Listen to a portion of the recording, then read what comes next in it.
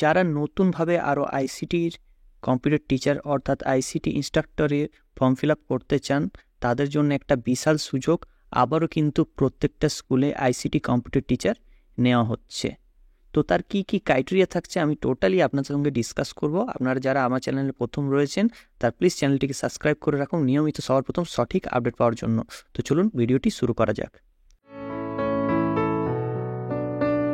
তো বন্ধুরা, আপনারা যেটা শুনেছেন যে প্রত্যেকটা স্কুলেও আবার কিন্তু অতিরিক্ত একজন করে আইসিটি শিক্ষক নিযুক্ত করা হবে।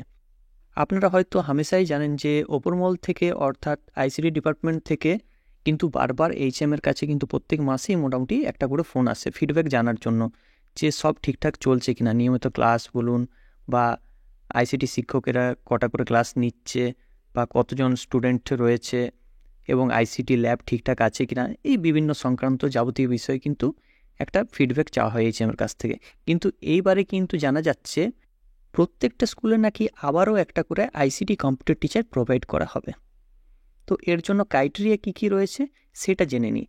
ওপরমহল থেকে ফোন করেছিল এইচএমকে গত 22/2/2024। তো বিভিন্ন রকম তারা জানতে চান, সেটা আলাদা ব্যাপার।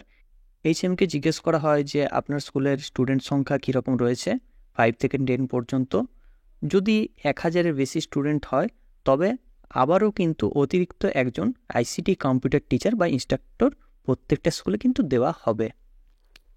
সেই ক্ষেত্রে কিন্তু একটাই ক্রাইটেরিয়া চাওয়া হয়েছে, সেটা হচ্ছে 5 থেকে 10 পর্যন্ত 1000-এর সংখ্যা যদি বেশি হয় তাহলে কিন্তু আইসিটি শিক্ষক একজন নিযুক্ত হবে এবং তার জন্য অতিরিক্ত একটি আইসিটি ল্যাবও করে দেওয়া হবে।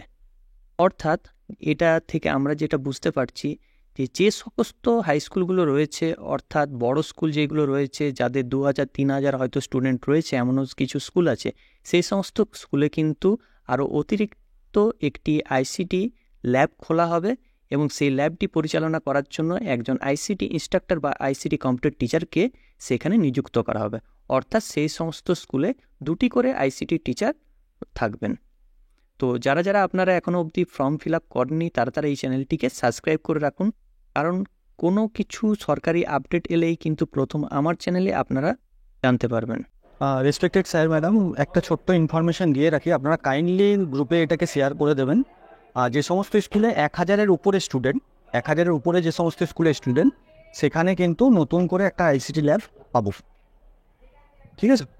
যে সমস্ত স্কুলে 1000-এর উপরে স্টুডেন্ট আছে সেখানে কিন্তু নতুন করে একটা আইসিটি ল্যাব আবার এস্টাবলিশ হবে।